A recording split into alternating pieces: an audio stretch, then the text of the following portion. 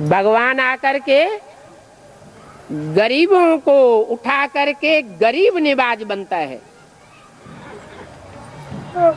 उसी को भगवान कहा जाता है। ऐसे नहीं कि भगवान दादा लेखराज के तन में आवे और गरीबों का उद्धार न करे, बड़े बड़े महलमानियों अटारियों और बड़ी बड़ी धन संपत्ति वाले बच्चों को उठाए, नहीं। न लखापति करोड़पति के तन में आता है बाप के रूप में, माँ के रूप में आता है, लेकिन बाप के रूप में नहीं आता है। बाप बाप है। कलयुगी दुनिया में आता है। कलयुगी दुनिया में ज्यादा दुखी गरीब हैं या रईस हैं? गरीब ज्यादा दुखी है। और दुनिया की ज्यादा आबादी गरीब है या साहूकार है? गरीब ही है। तो भगवान गरीबों के लिए आता है, रईसों के लिए आता ही नहीं। और रईसों को भगवान को जानने की दरकार है भी नहीं। कोई कहे अगर दरकार नहीं है तो दादा लेखराज ब्रह्मा के तन में कैसे आ गया? आया तो, लेकिन आने का फायदा क्या हुआ? सुना और सुनाया। भगवान के असली रूप को पहचाना क्या? यज्ञ के आदि में भी तो था वो भगवान का रूप। अगर नहीं था तो उनके साक्षात्कारों का क्लैरिफिकेशन किससे मिला? वो ज्ञान का बीजारोपण कहां से पड़ा? कैसे पता चला कि मैं कृष्ण की आत्मा हूं? पुरानी दुनिया का विनाश होने वाला है, नई दुनिया आने वाली है। ये ज्ञान का संदेश किससे मिला? ये बीज किसने डाला? जिस बाप ने डाला उस बाप की पहचान ब्रह्मा को नहीं हुई। अगर हुई होती तो ब्रह्मा कुमारी विश्वविद्यालय नाम नहीं डालते। क्या नाम डालते? प्रजापिता ब्रह्मा कुमारी ईश्वरी विश्वविद्यालय नाम डाला जाता। और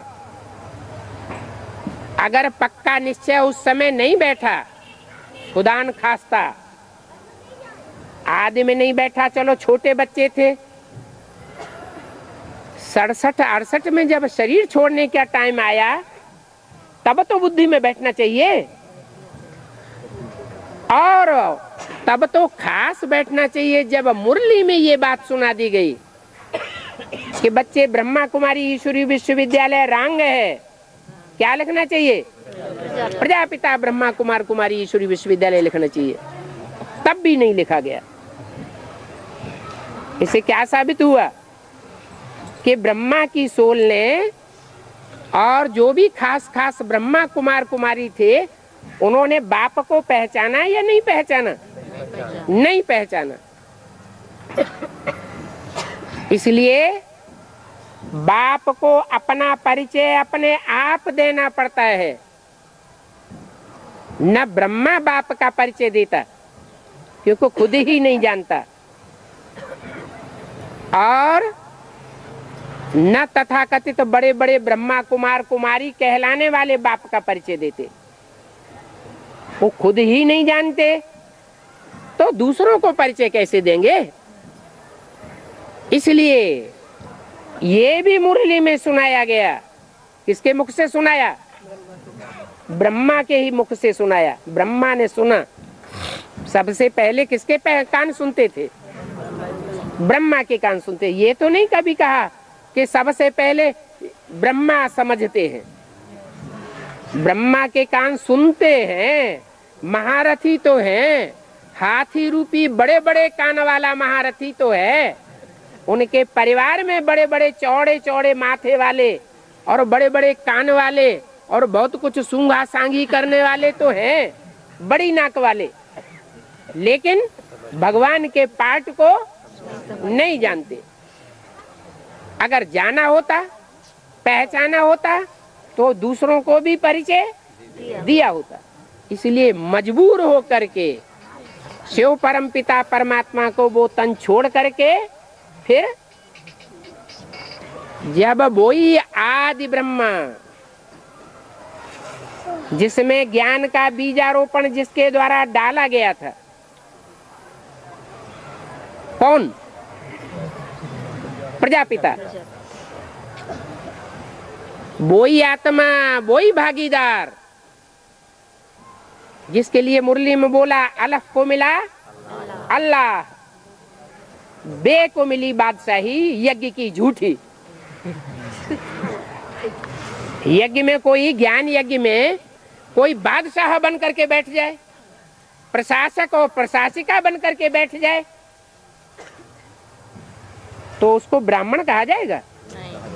ब्राह्मण का धंधा शासक बनना है, दूसरों के ऊपर शासन चलाना है, कंट्रोल करना है, या ब्राह्मणों का धंधा सेवा करना है?